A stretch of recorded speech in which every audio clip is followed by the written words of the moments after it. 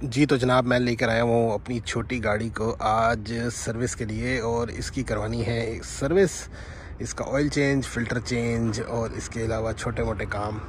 तो देखो यार कितना टाइम लगता है ये काम करने में।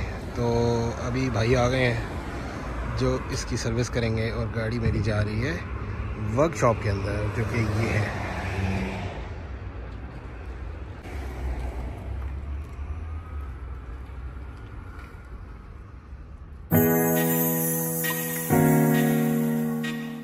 तो भाई ये हो रही है गाड़ी की सर्विस।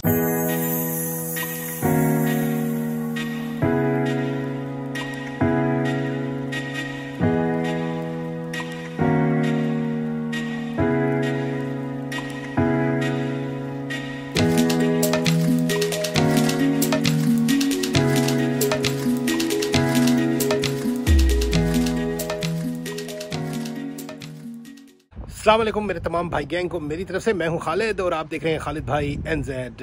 उम्मीद करता हूं यार आप तमाम लोगों के मजे में एंजॉय करेंगे मेरे ब्लॉग्स को और जुड़े होंगे चैनल के साथ। तो भाई आज का ब्लॉग बहुत ज़बरदस्त होने वाला है। आज के ब्लॉग में मैं आपसे शेयर करूंगा यार कि किस तरह आप लोग यहाँ पे आओगे और सेटलमेंट के सिलसिले में गाड़ी वगैरह परचेज करनी हो तो कैसे करोगे, और गाड़ी परचेज करने के साथ कौन कौन से एसोसिएटेड कॉस्ट हैं वो भी आपके साथ शेयर करूँगा और तमाम इन्फॉर्मेशन आपको दूंगा जो आपके लिए हेल्पफुल होगी during your car purchase journey.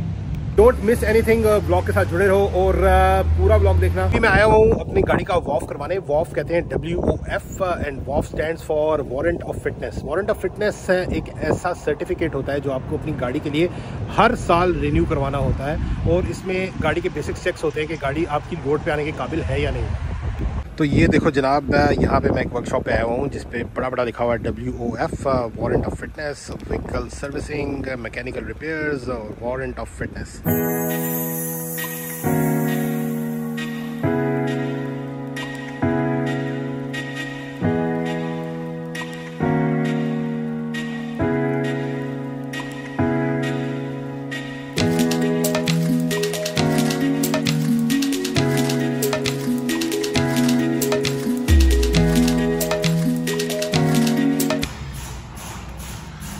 यार ये प्राइसेस हैं 150 से बेसिक एक्सपेक्ट सर्विस शुरू होती है, जिसमें इंजन ऑयल को चेंज किया जाता है और फिल्टर्स को चेंज किया जाता है, चेक किए जाते हैं तमाम seat belts, lights, lubricate all doors, boot, bonnet, hinges and latches, check every battery level and test condition charging, visual inspection of exhaust system, check wiper and washer, check under bonnet fluid levels, check adjust tyre pressure. तो ये basic service है जो कि $150 से start होती है, जिसमें 5W30 full synthetic engine oil अगर आपने डलवाना है तो वो 190 से स्टार्ट होती है। और इसी तरह अगर आपने इंटरमीडिएट सर्विस और फुल सर्विस करवानी है तो उसके ये चार्जेस हैं। आप पॉज करके पढ़ सकते हैं कि उसमें क्या क्या चीज़ें इंक्लूडेड हैं।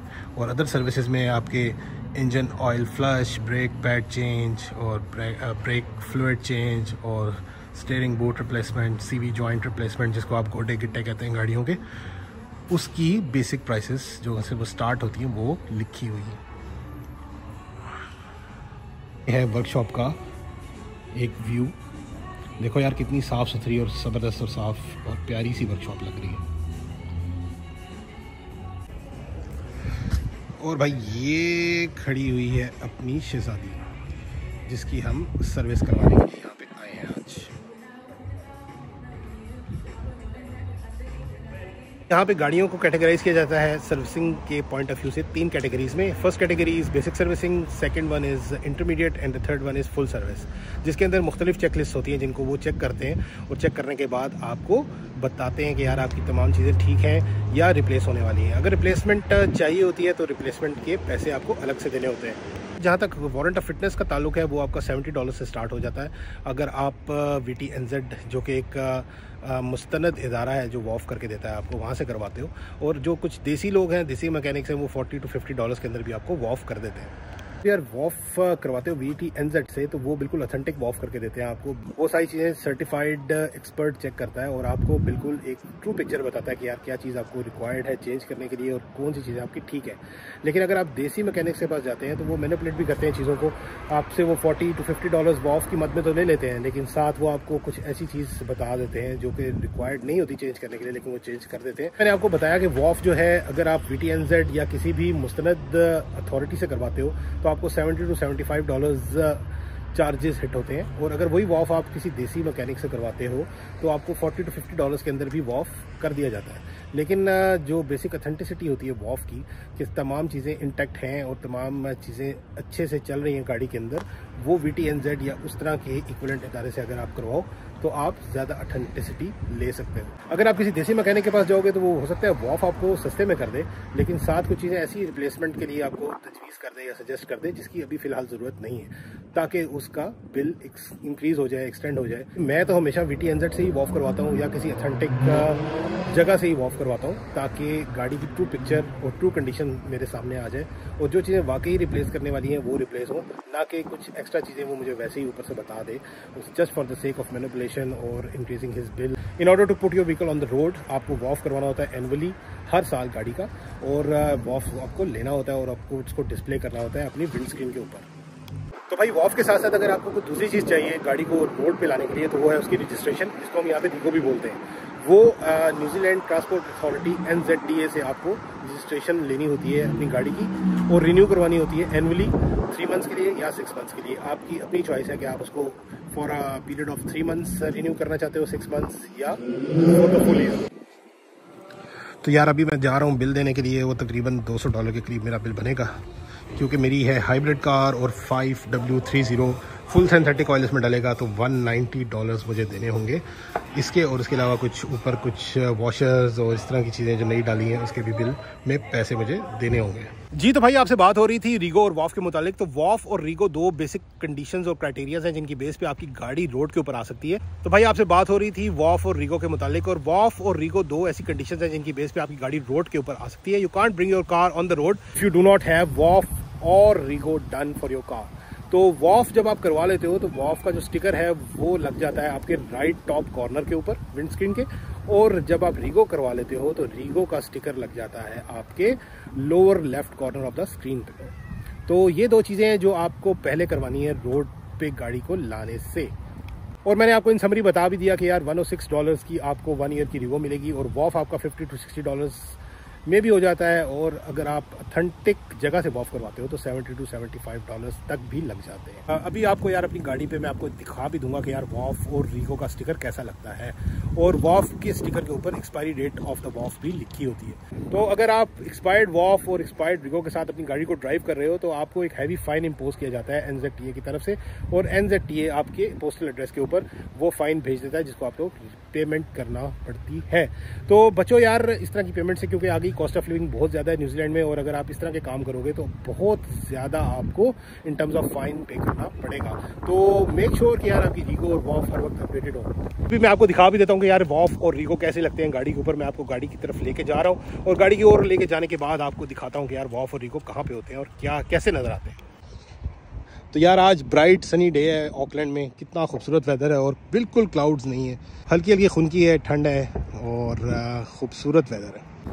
तो यार अभी मैं आपको गाड़ी की ओर लेके जा रहा हूँ और आपको दिखाता हूँ कि यार ये मेरी विंड स्क्रीन है, और विंड स्क्रीन के इस लोअर कॉर्नर पे मेरी रीगो प्लेट लगी हुई है जिसमें लिखा हुआ है कि 20th of November 2024 तक ये वैलिड है, और ये होगी आपकी गाड़ी की रजिस्ट्रेशन। तो इस कॉर्नर में आपकी रजिस्ट्रेशन है और इस टॉप कॉर्नर पे आपका वॉफ स्टिकर है। भाई ये है वॉफ जो कि वैलिड है 12th मंथ और 24th ईयर पे, मींस के दिसंबर 2024 तक ये वारंट ऑफ फिटनेस वैलिड है और एक्सपायर हो जाएगा ये 1 जनवरी 2025 को। तो मुझे इंश्योर करना है कि 1 जनवरी 2025 से पहले मैं अपने वारंट ऑफ फिटनेस को रीन्यू करवा लूँ, अदरवाइज आई हैव टू पे अ हैवी मैसिव फाइन।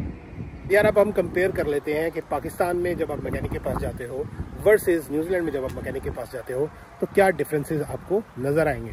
तो भाई पहला सबसे ज़बरदस्त सा डिफरेंस आपको जो नज़र आएगा ना, अगर आप किसी मैकेनिक के पास जाओगे और कहोगे यार मेरी गाड़ी की लाइट चेक कर लेना, या उसका बल्ब नहीं जल रहा, या कोई भी वाइपर का इशू है, या कोई भी छोटा मोटा प्रॉब्लम है, या आपने इवन इंजन ऑयल चेंज करवाना है, तो आप जब जाओगे और उसको बताओगे कि यार I want to change the engine oil of my car, तो वो आपसे सबसे पहले ये क्वेश्चन करेगा, भाई आपने अपॉइंटमेंट ली है या नहीं ली, जो कि आपके लिए काफ़ी स्ट्रेंज होगा, क्योंकि अगर आप पाकिस्तान से आ रहे हो या किसी भी एशियन कंट्री से आ रहे हो तो वहाँ पे ऐसा नहीं होता। तो यार जब मैं फर्स्ट टाइम यहाँ पे मैकेनिक के पास गया था और उसने मुझे कहा यार आपने अपॉइंटमेंट ली है, तो मैं बिल्कुल चौंक सा गया और मैंने सोचा यार अपॉइंटमेंट इससे लेनी पड़ेगी, मैकेनिक से भी मुझे अपॉइंटमेंट लेनी पड़ेगी। तो यार बिल्कुल दुरुस्त बात है, ये बिल्कुल करेक्ट बात है। You have to take an appointment from a mechanic और any services provider in New Zealand.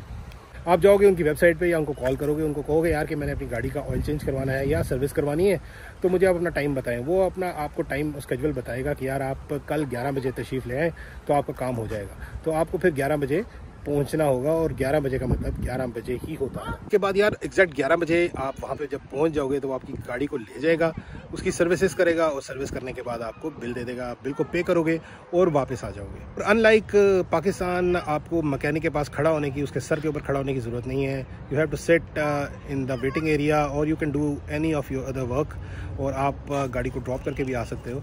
और ही विल मेक श्योर कि जो काम आपने उसको बताए हैं वो 100% इंश्योर करेगा कि यार वो सारी चीज़ें सही तरीके से उसने कर दी हैं। आपको बिल्कुल ये ख़तरा नहीं होगा यार कि यार वो डंडी ना मार दे, वो ऑयल चेंज किए बगैर ऑयल के पैसे ना काट ले, वो कोई पार्ट को रिप्लेस किए बगैर उसके पैसे ना डिडक्ट कर ले। ऐसा कोई सीन नहीं होता यार यहाँ पे मोस्ट ऑफ द केसेस में। हाँ, कोई देसी मैकेनिक आपको इस तरह का मिल जाए, वल्ला आलम शाज़ो नज़र ऐसा हो जाए, तो उसका कुछ कहा नहीं जा सकता। भाइयों, आपको अपॉइंटमेंट लेना बिल्कुल नहीं भूलना, कोई भी काम करवाने से पहले, गाड़ी का या फिर किसी और चीज़ का भी, इवन किसी भी सर्विस प्रोवाइडर के पास आप जाते हो तो you have to take an appointment first and then go to the service provider. तो यार जब मैं नया पाकिस्तान से आया था तो मुझे बड़ा अजीब सा लगा था सुन के कि यार मुझे यहाँ पे अपॉइंटमेंट लेनी पड़ेगी मैकेनिक से बिफोर गोइंग टू हिम और gate my service done for my car. लेकिन ये बात बिल्कुल सच है यार, यहाँ पे अपॉइंटमेंट लेकर ही आपको जाना होता है, अदरवाइज़ वो आपको एंटरटेन नहीं करते। और ये काफ़ी अजीब सा लगता है पाकिस्तान से जब आप फर्स्ट टाइम ट्रैवल करते हैं, क्योंकि डॉक्टर से तो अपॉइंटमेंट लेने का वहाँ पर सुनता है बंदा, लेकिन मैकेनिक से या बार्बर से या प्लम्बर से अपॉइंटमेंट लेना बिल्कुल जिसे कहते हैं जहन में नहीं होता। और यहाँ पे बिल्कुल ऐसे ही है कि जैसे आप डॉक्टर से अपॉइंटमेंट लेते हो पाकिस्तान में, यहाँ पे आपको हर काम को करवाने से पहले अपॉइंटमेंट लेकर ही करवाना पड़ता है। और अगर आप अपॉइंटमेंट के बगैर चले जाते हो तो walk in as a walk in customer वो आपको 80% केसेस में इंटरटेन नहीं करते। हाँ, अगर वहाँ पे कोई कैंसलेशन है और वो बंदा जिसकी अपॉइंटमेंट थी वो नहीं आया तो शायद वो आपको एक्सेप्ट कर लें, लेकिन बहुत ही कम ऐसा होता है। अगर आपने बार्बर के पास भी जाना है तो बार्बर से भी आपको अपॉइंटमेंट लेनी होती है। बार्बर का भी ऑनलाइन सिस्टम होता है, काफ़ी बार्बर्स का यहाँ पे ऑनलाइन वेबसाइट है, वहाँ पे आप ऑनलाइन बुक करवाते हो अपनी अपॉइंटमेंट को और उसी अपॉइंटमेंट टाइम पे पहुँचना होता है। और अपॉइंटमेंट टाइम अगर आपका मिस हो जाता है तो he is not liable to provide you service on that particular day. भाई ये कुछ बेसिक डिफरेंसेस थे जो मैंने आपसे डिस्कस किए, पाकिस्तान में मैकेनिक के पास जाने से पहले क्या सोचना और करना पड़ता है, और यहाँ पे आपको मैकेनिक से पास जाने से पहले क्या सोचना और करना पड़ता है। उम्मीद है यार आपको ये सब कुछ समझ आ गया होगा। फिर भी अगर आपके कोई क्वेश्चंस हैं, क्यूरीज हैं, क्लैरिफिकेशंस हैं तो don't forget to write to me on my email address which is in the description. और मिलते हैं नेक्स्ट ब्लॉग में बहुत जल्द आप लोगों के साथ। Take care of yourself, keep working hard, और मिलते हैं नेक्स्ट ब्लॉग में बहुत जल्द आप लोगों के साथ। तब तक के लिए अल्लाह हाफिज़।